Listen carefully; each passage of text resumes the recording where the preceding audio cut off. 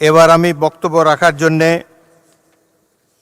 মাননীয় স্বরাষ্ট্রমন্ত্রী সালাউদ্দিন আহমদকে আহ্বান করছি।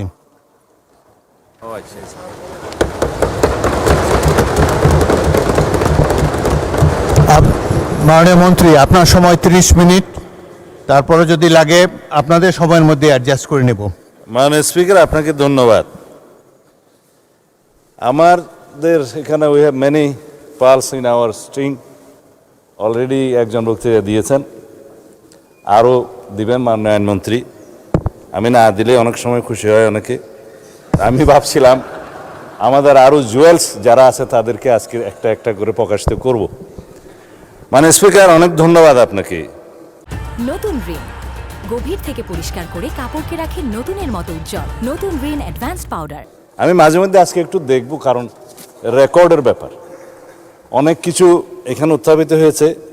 আমাদের মাননীয় বিরোধী দলের অনেক বিজ্ঞ সদস্য, ব্যারিস্টার্স, অ্যাডভোকেটস যারা আইন কানুন সংবিধান উদ্ধৃত করেছেন, মজবুরিতে আমাকেও কিছু কিছু জবাব দিতে হবে। আজকে যে নোটিশটা মাননীয় বিরোধী দলীয় নেতা মুলতবি প্রস্তাবের জন্য উত্থাপন করেছেন, লিখিত কাগজটা আমার কাছে আছে। এখানে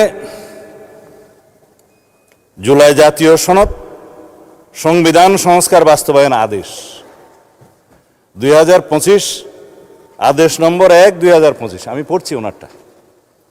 এর অনুচ্ছেদ 10 অনুযায়ী সংবিধান সংস্কার পরিষদের অধিবেশন আহ্বান প্রসঙ্গে, এটাই হচ্ছে আজকের ফ্যাক্ট ইন ইস্যু, আলোচ্য বিষয়। তা আসি, এই 10 অনুচ্ছেদ সংবিধান সংস্কার বাস্তবায়ন আদেশের কি, সেটা হচ্ছে পরিষদের অধিবেশন আহ্বান, কোরাম ভোটদান ইত্যাদি সংসদ নির্বাচনের ফল ঘোষিত হইবার 30 পঞ্জিকা দিবসের মধ্যে যেই পদ্ধতিতে জাতীয় সংসদের প্রথম অধিবেশন আহ্বান করা হইবে, অনুরূপ পদ্ধতিতে পরিষদের প্রথম অধিবেশন আহ্বান করা হইবে। এটা একটি আদেশ।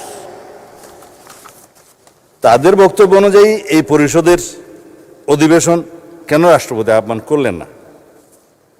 এবার সংবিধানে আসি।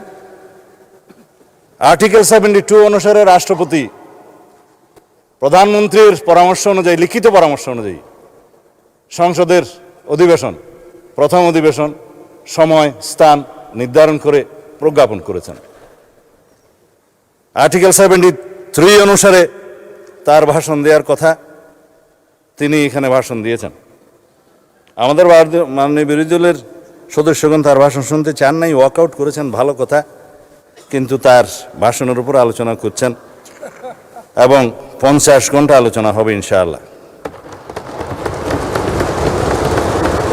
মাননীয় মহামান্য রাষ্ট্রপতির কাছে সংবিধান অনুযায়ী আমাদের কোনো কোনো সদস্য এখানে আছেন, উপদেষ্টা হিসেবে শপথ নিয়েছেন। সংবিধান তখন ভালো ছিল, রাষ্ট্রপতিও তখন ভালো ছিল, কিন্তু ভাষণের দিন উনি মনোপুত হলেন না আর কি। যাই হোক, এখন এই আদেশটা নিয়ে যে আমরা আলোচনা করব, আদেশের অনুবলে যে সংবিধান সংস্কার পরিষদের অধিবেশন কেন আহ্বান করা হবে না তার উপর যে আলোচনা করব, আদেশটা কি, কিছু কিছু জবাবের মধ্যে চলে আসবে। মাননীয় বিরোধী দলের একজন সদস্য বলেছেন এই আদেশটা বৈধ আইন। এখানেই হচ্ছে বিতর্কটা। এই আদেশটা বৈধ আইন না। রাষ্ট্রপতি আদেশ জারি করতে পারতেন, পাস্ট টেন্স। 1971 সালের 26শে মার্চের পরের থেকে বাংলাদেশের সংবিধান প্রণীত হওয়ার আগ পর্যন্ত বাংলাদেশের স্বাধীনতার ঘোষণাপত্র অনুযায়ী এবং সেই অনুযায়ী laws continuance enforcement order 1971 10th April এবং the Bangladesh constitution provisional constitution order 1972, এই অনুসারে রাষ্ট্র পরিচালিত হয়েছে। রাষ্ট্রপতি অর্ডার জারি করেছেন, রাষ্ট্রপতির অর্ডার অনুসারে নবগঠিত রাষ্ট্র পরিচালিত হয়েছে। আদেশগুলো সবগুলোকে বৈধতা দিয়ে সংবিধানের প্রথম এবং 4th তফসিলে বৈধতা দেওয়া হয়েছে, কন্টিনিউশন হয়েছে। আমি সেই আদেশকে বৈধ আদেশ মনে করি। যে হাইকোর্টের আদেশ, যে রুলিংয়ের কথা বললেন, সেই আদেশগুলোকে আইনে পরিণত, আইন বলে স্ট্যাটাস দেওয়া হয়েছে। অবশ্যই আর্টিকেল 152 অনুসারে একটা হচ্ছে ল, আরেকটা হচ্ছে এক্সিস্টিং লস। আইন এবং প্রচলিত আইন দুই জায়গাতেই আদেশ হচ্ছে বৈধ আইন, অন্যান্য প্রথা রুলস সব কিছু বৈধ আইন, আদেশও আইন। কিন্তু এই আদেশ ছিল, কিন্তু আদেশ জারি করার ক্ষমতা 1973 সালের 7ই এপ্রিলের পর রাষ্ট্রপতির আর রইল না। চতুর্থ তফসিলের সংবিধানের চতুর্থ তফসিলের ধারা 3 সাবসেকশন 2 সাবসেকশন 3 অনুসারে যে সমস্ত আদেশ জারি হয়েছিল সেটা বৈধ, এবং যে সমস্ত আদেশ জারি হয়েছে সেটা পরে রাষ্ট্রপতি বাংলাদেশে প্রণীত সংবিধানের সাথে সামঞ্জস্যপূর্ণতা দেওয়ার জন্য সেটা আদেশ সংশোধনও করার ক্ষমতা দেয়া হয়েছে। এবং সেখানে আপনি দেখবেন 2 বছরের টাইম লিমিট করে দেওয়া হয়েছিল। আমি দেখে বললে ভালো বলি না, সেই জন্য এমনি বলি।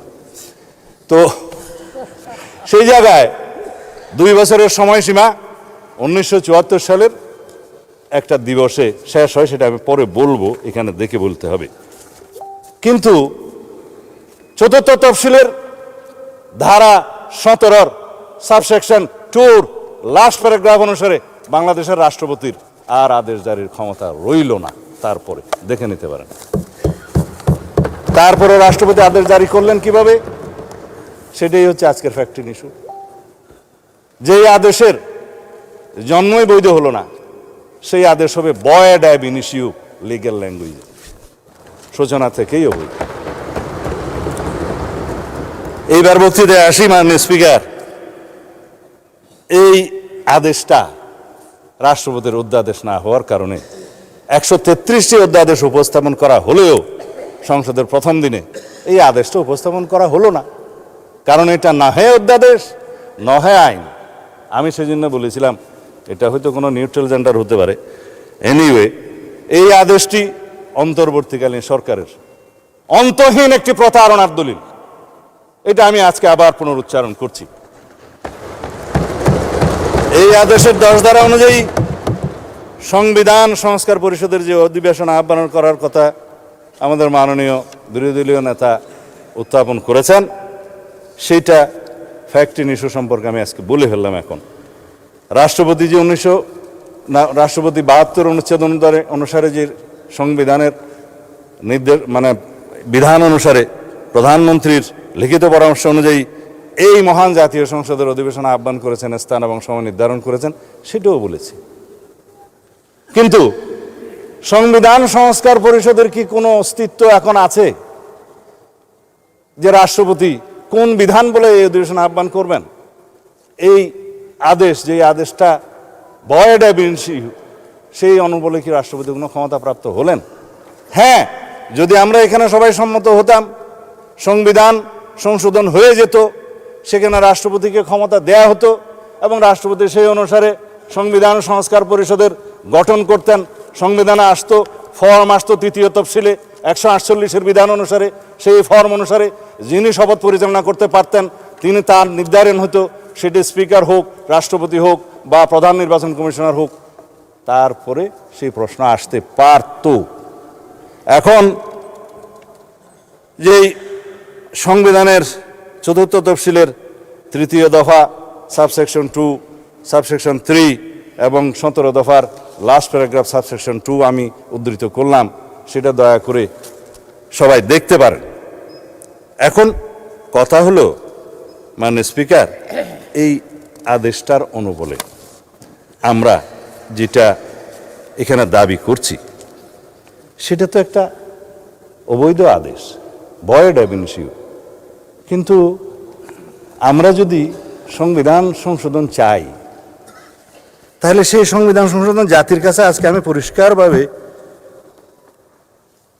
প্রকাশ করতে চাই। একটা বিভ্রান্তি সৃষ্টি করা হচ্ছে সারা জাতির মধ্যে যে বিএনপি সংস্কার চায় না। বিভ্রান্তি সৃষ্টি করা হচ্ছে বিএনপি জুলাই জাতীয় সনদ মানে না। কিন্তু যেটা নিয়ে বিতর্ক হচ্ছে সেটা হচ্ছে জুলাই জাতীয় সনদ উইদিন ব্র্যাকেট সংবিধান সংস্কার বাস্তবায়ন আদেশ, অর্থাৎ জুলাই আদেশ। আমরা তো আছি জুলাই জাতীয় সনদে, যেটা জাতির সামনে সবাই স্বাক্ষর করেছি সেটাই। এবং এই জুলাই জাতীয় সনদের 2025-এর ঐতিহাসিকভাবে যেটা স্বাক্ষরিত হয়েছে বাংলাদেশের সকল রাজনৈতিক দলের, গণতান্ত্রিক রাজনৈতিক দলের ফেসিবাদী বাদে, যেটা রাজনৈতিক সমঝোতার দলিল হিসাবে স্বাক্ষরিত হয়েছে, এই দলিলের প্রত্যেকটি অক্ষর, শব্দ, বাক্য আমরা ধারণ করি এবং প্রতিবাদ করি।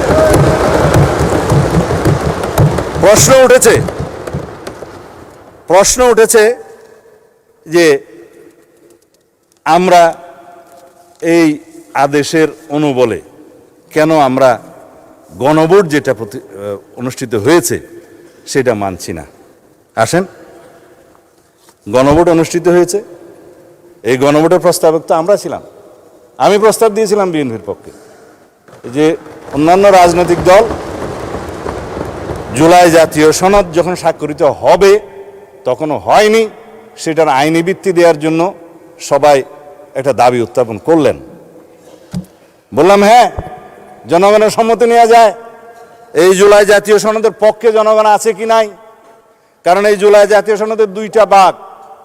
প্রথম ভাগ হচ্ছে সংবিধান সংশোধন সাপেক্ষে আমরা সংস্কারের বিষয়সমূহ এখানে বলা আছে 1 থেকে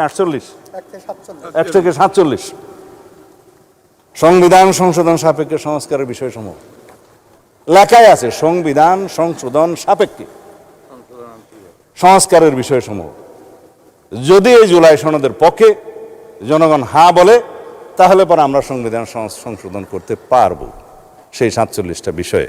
উইথ নোট অফ ডিসেন্ট, প্রত্যেকটা নোট অফ ডিসেন্টে বলা আছে যে সমস্ত রাজনৈতিক দল বা জোট তাদের নির্বাচনী ইশতেহার উল্লেখপূর্বক যদি জনগণের ম্যান্ডেট লাভ করে, তাহলে তারা সেই মতে ব্যবস্থা গ্রহণ করতে পারবে।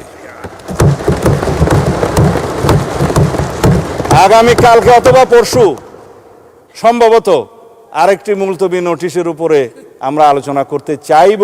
আমরা দিচ্ছি না, বেসরকারি সদস্যরা দিচ্ছে। সেখানে এই জুলাই জাতীয় সনদের প্রত্যেকটি ধারা ও উপধারা কি কি আছে সেই বিষয়ে কথা হবে, প্রতিশ্রুতি বিষয়ে। আমি আজকে ওখানে বিস্তারিত যাব না। এটার দ্বিতীয় ভাগ হচ্ছে যে সমস্ত সংস্কারের বিষয়ে আমরা একমত হয়েছি, সেই বিষয়ের মধ্যে কিছু আইন আছে সংশোধন করতে হবে, কানুন আছে, বিধি আছে, বিধান আছে, সেটার জন্য সংবিধান সংশোধনের প্রয়োজন হয় নাই বিধায় ইন্টারিম গভর্নমেন্ট অনেক অধ্যাদেশের মাধ্যমে সেগুলো সংশোধন করেছেন, এক্সিকিউটিভ অর্ডারের মাধ্যমেও করেছেন। আমরা এগ্রিড হয়েছি। তবে সেই সমস্ত অধ্যাদেশগুলো বিধান মতে বাংলাদেশের নির্বাচিত জাতীয় সংসদে উত্থাপন করতে হয়েছে। আর্টিকেল 93 অনুসারে আইনমন্ত্রী সেটা করেছেন। And this is the supremacy of the parliament, and this is the sovereignty of the people, and this is the sovereign house of the nation. এই sovereign হাউসের ক্ষমতা হচ্ছে, এখতিয়ার হচ্ছে রাষ্ট্রপতি অধ্যাদেশ জারি করতে পারলেও ইন বিটুইন 2 সেশনস সেটা এই মহান সংসদে পাশ করে নিতে হবে উইদিন 30 days। এটাই হচ্ছে সার্বভৌম পার্লামেন্টের সার্বভৌমত্ব।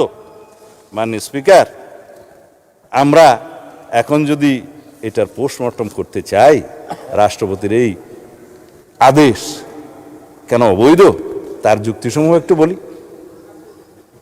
7 এপ্রিল 1973, আগে যেটা বলছিলাম, এই তারিখ থেকে বাংলাদেশের প্রথম জাতীয় সংসদ বৈঠক অনুষ্ঠিত হওয়ার পর রাষ্ট্রপতির আদেশ জারির ক্ষমতা রহিত করা হইল সংবিধানের 4th তফসিলের 17 দফার 2 দফা, লাস্ট প্যারা। রাষ্ট্রপতির কোনো আদেশ এবং অধ্যাদেশ দ্বারা পরবর্তী সংসদের সার্বভৌম এখতিয়ারকে খর্ব করতে পারেন না। কেন পারেন না? আর্টিকেল 7, রাষ্ট্রের সকল ক্ষমতার মালিক জনগণ, এবং সেই জনগণের সার্বভৌমত্ব এখতিয়ার প্রয়োগের মাধ্যমে এই সংবিধান হচ্ছে সর্বোচ্চ আইন। Any laws inconsistent to the constitution will be void, is void, shall be void to the extent of the inconsistency. এটাই হচ্ছে supremacy of the constitution, supremacy of the house, supremacy of the people of the country। সেই 7 অনুচ্ছেদ বলে কথা বলছি। এই 7 অনুচ্ছেদে 2টা ধারা যুক্ত করেছিল fascist Hasina, 7A and 7B, যেগুলা আনকনস্টিটিউশনাল ডিক্লেয়ার হয়েছে। নাল অ্যান্ড ভয়েড হয়েছে, হ্যাঁ, আল্ট্রা ভায়ার্স কনস্টিটিউশন ডিক্লেয়ার হয়েছে, বলা হয়েছে নন এস্ট মানে ইট ওয়াজ নট দেয়ার। ভার্ডিক্ট হাইকোর্টের এখনো পর্যন্ত আপিল হয়নি। সংবিধান সংস্কার বাস্তবায়ন আদেশের দফা 4, আমি এখান থেকে লিখেছি আর কি, আইন থেকে, গণভোটের ব্যালট উত্থাপিত প্রশ্ন। দফা 8, সংবিধান সংস্কার পরিষদের সদস্য হিসেবে শপথ গ্রহণ। দফা 10, যেটা নিয়ে আলোচনা হচ্ছে, সংবিধান সংস্কার পরিষদের অধিবেশন আহ্বান। দফা 13, সংবিধান সংস্কার অবিলম্বে কার্যকর করা। একটা মহামান্য সম্রাটের আদেশ জারি হয়ে গেল, 180 দিনের ভিতরে সংবিধান সংশোধন হয়েছে বলে দরিয়া লওয়া হইবে। তাহলে পরে এই জনগণের অধিকার কোথায়, সুপ্রিমেসি কোথায়, সুভেরেনিটি কোথায়? জনগণ 51% ভোট দিয়ে কনস্টিটিউশনাল ম্যান্ডেটে নির্বাচিত করেছে এই সংসদ সদস্যদের। প্রশ্ন আসছে ওই পক্ষ থেকে, তাহলে 70% ভোটের কি হবে? 70% ভোটের একটা ফায়সালা হবে।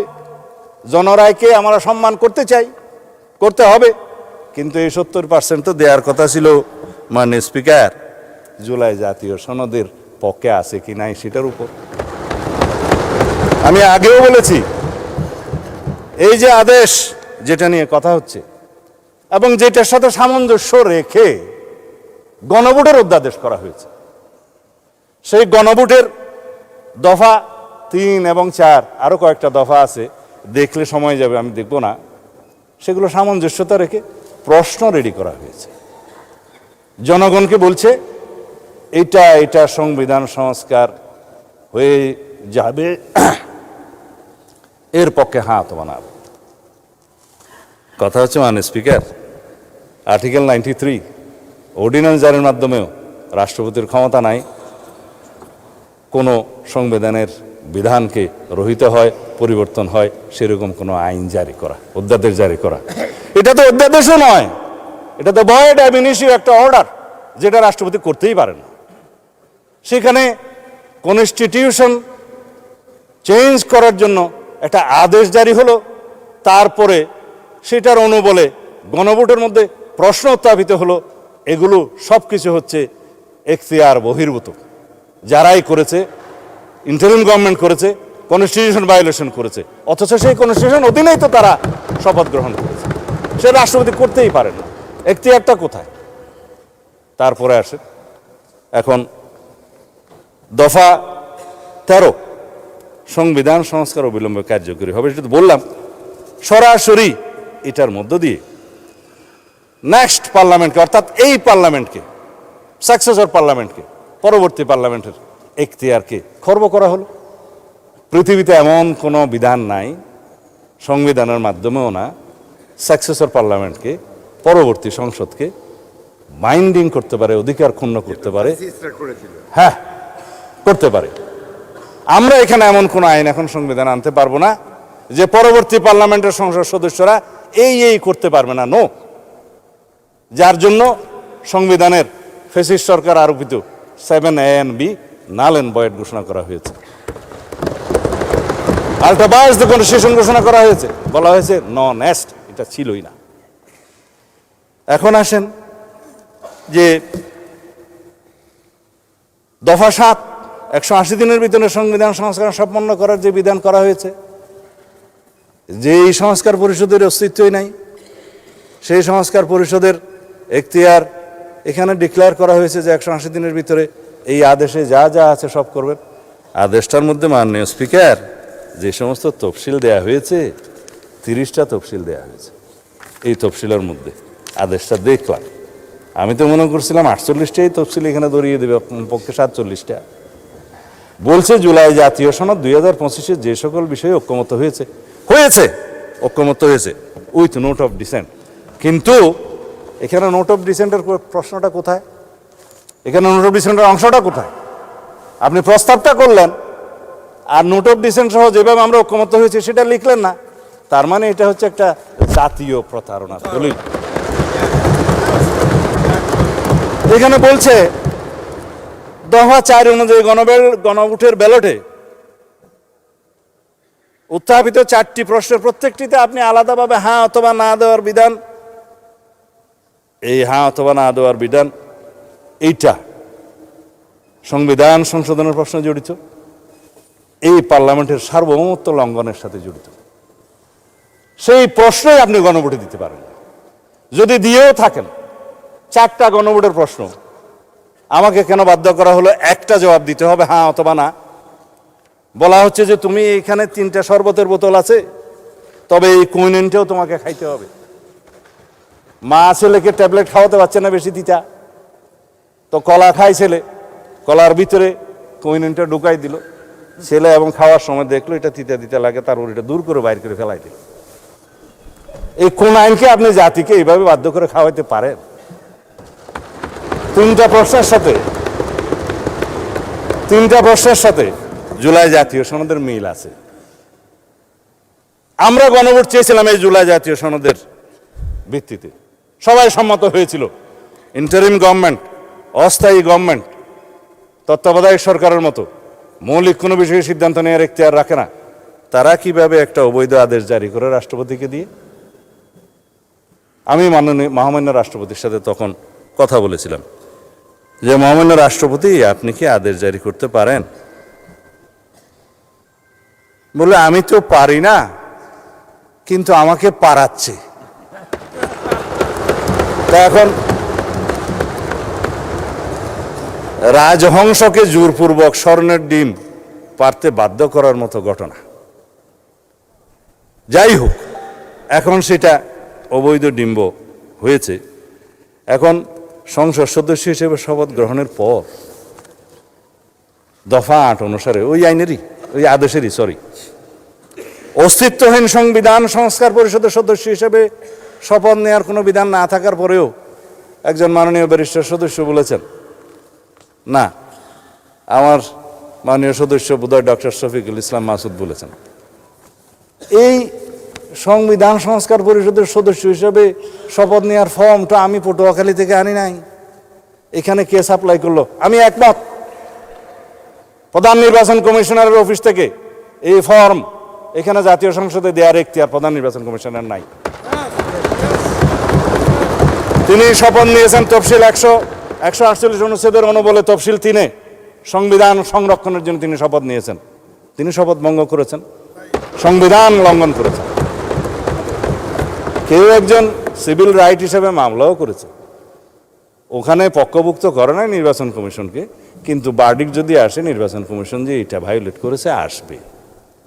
আমি মাননীয় প্রধান নির্বাচন কমিশনারকে এখানে বলা ঠিক না, যেহেতু উনি অনুপস্থিত, এটা বিধান নাই, সেজন্য গুড়িয়ে বলছি, প্রশ্ন করতে পারতাম, করছি না, যে আপনি সংবিধান সংরক্ষণের জন্য শপথ নিয়েছেন, এই ফর্ম আপনাকে দাখিল করা জাতীয় সংসদের সচিবের কাছে পৌঁছে দেওয়ার কি এখতিয়ার কে দিয়েছে, কোন আইন বলে দিয়েছে? জাতীয় সংসদের সচিব এখানে উপস্থিত আছে বলতে পারি, ভায়োলেশন তো হবে না। তিনি সেই ফর্মটা আমাদের কাছেও পাঠালেন, ওনাদের কাছেও পাঠালেন। আমরা তখন আমাদের নেতৃবৃন্দ মাননীয় প্রধানমন্ত্রীর সাথে আলাপ করে বললাম, আমরা তো আজকে শপথ নিতে যাব, এখানে তো 2বার শপথ নিতে হবে, দেখা যাচ্ছে প্রথমবার শপথ নেওয়ার পরে দ্বিতীয়বার শপথ নিলে তো আগেরটা ভায়োলেশন হয়ে যাবে, এখন কি করবেন? বলে আমি তো এমপি হিসাবে নির্বাচিত হয়েছি, ব্যালটের মধ্যে একটা দানের শীষ ছিল, আর একটা কোদাল মার্কা ছিল, আর একটা কি যেন ছিল, দাড়ির পাল্লা ছিল। আপনার খুশি হয়েছেন? ঠিক আছে, দাড়ির পাল্লাও ছিল, আচ্ছা শাপলাও ছিল না, ওনার আসনে শাপলা দাঁড়ায় নাই, ওনার আসনে শাপলা কুলি দাঁড়ায় নাই, ঢাকা 17-তে ছিল না, সেজন্য না ওনার আসনে দাঁড়ায় না, ঢাকা 17-তে দাঁড়ায় না। আপনাদের একজন ডাক্তার সাহেব দাঁড়াইছিল এবং ওনার পরিচয় দিচ্ছে যে আমি তারেক রহমানের বিরুদ্ধে ইলেকশন করতেছি, জানো না বলছি।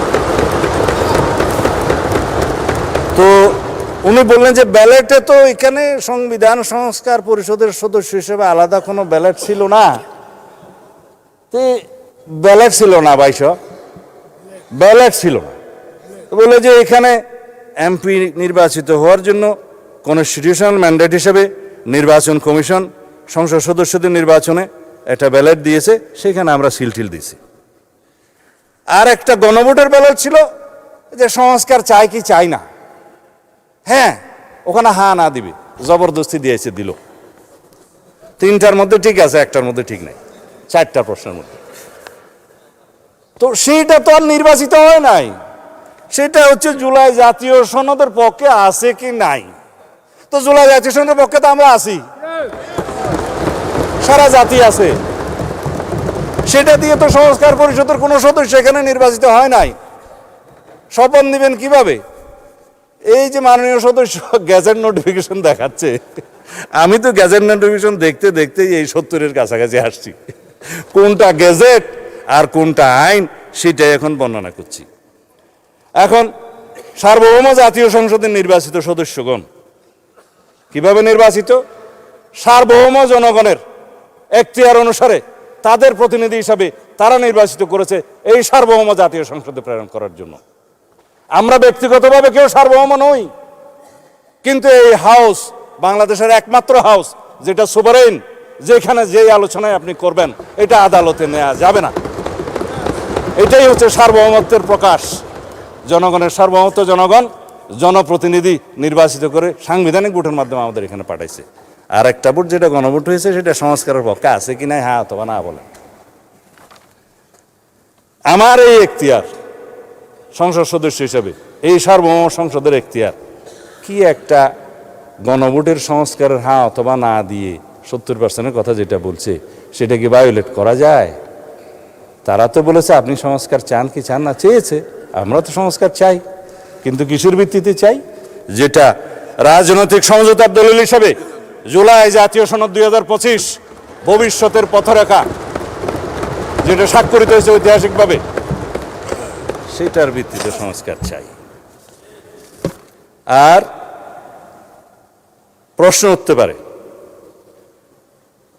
গণভোট এবং তার ফলাফলের কি হবে? বলে ফেললাম, অসাংবিধানিক আদেশের অনুবলে বেআইনি কোনো আদেশের মাধ্যমে কোনো কিছুই বৈধতা পেতে পারে না মাননীয় স্পিকার। এই উক্ত জুলাই জাতীয় সনদ, সংবিধান সংস্কার বাস্তবায়ন আদেশ 2025 এবং গণভোট অধ্যাদেশ 2025, এই দুইটারই বৈধতা উচ্চ আদালতে চ্যালেঞ্জ করা হয়েছে, যা বিচারাধীন এবং রুল জারি হয়েছে বলে শুনলাম। অতএব বিচারাধীন বিষয়ে পার্লামেন্টে বিতর্ক হবে কি হবে না সেটা আলাদা বিতর্ক হতে পারে, এই বিতর্ক এখানে হবে কি হবে না। বাংলাদেশ জাতীয়তাবাদী দল বিএনপি এই স্বাক্ষরিত জুলাই জাতীয় সনদ 2025 এর প্রতিটি অক্ষর, শব্দ, বাক্যকে ধারণ করে বাস্তবায়নের জন্য জাতির কাছে আমরা অঙ্গীকারাবদ্ধ। আমরা জুলাই জাতীয় সনদের আলোকে জুলাই ছাত্র গণ অভ্যুত্থানের 2024-এর শহীদের আকাঙ্ক্ষা এবং জাতির প্রত্যাশা পূরণের প্রতিশ্রুতিবদ্ধ। এদেশের জনগণ বিএনপির নির্বাচনী ইশতেহার সমর্থন করে শতকরা 51% ভোট দিয়ে তাদের ম্যান্ডেট দিয়েছে বিএনপিকে। কিন্তু আমরা সরকারি দল, বিরোধী দল সবাইকে নিয়ে এই মহান জাতীয় সংসদে সমঝোতার ভিত্তিতে আলাপ আলোচনার মধ্য দিয়ে সংবিধানের গণতান্ত্রিক সংশোধনী আনতে চাই। বাংলাদেশের মানুষের বিশাল জনপ্রত্যাশার প্রতি আমরা সকলেই দায়বদ্ধ। আমি এখন কনক্লুড করব, এরপরে পলিটিক্যাল বক্তব্য আমি দেব না, কারণ সময় বোধহয় বেশি নাই। হ্যাঁ, আচ্ছা, 1 মিনিট সময় আছে আপনার। ঠিক আছে, আমি 1 মিনিটে, আপনারা একেবারে না বললেও ভালো। তাই আমি আহ্বান জানাচ্ছি মাননীয় স্পিকার, আসুন আমরা সংবিধানের গণতান্ত্রিক সংস্কারের মাধ্যমে, সংশোধনের মাধ্যমে রাষ্ট্র কাঠামো মেরামতের ঐতিহাসিক অঙ্গীকার প্রতিপালন করি। সেই জন্য আমি আজকে এই মহান জাতীয় সংসদে প্রস্তাব রাখছি on behalf of our leader of the house. জাতীয় সংসদে প্রতিনিধিত্বকারী সকল রাজনৈতিক দলের এবং স্বতন্ত্র সদস্যদের সমন্বয়ে সংবিধান সংশোধনের জন্য একটি সংসদীয় বিশেষ কমিটি গঠন করি। এবং উক্ত কমিটিতে আমরা সকলে মিলে আলাপ আলোচনা করে সমঝোতার মাধ্যমে জনপ্রত্যাশিত সংবিধান সংশোধনী বিল এই মহান জাতীয় সংসদে উত্থাপন করি এবং সেটা সমঝোতার মাধ্যমে আমরা গ্রহণ করি। আমার সময় শেষ। ধন্যবাদ মাননীয় মন্ত্রী।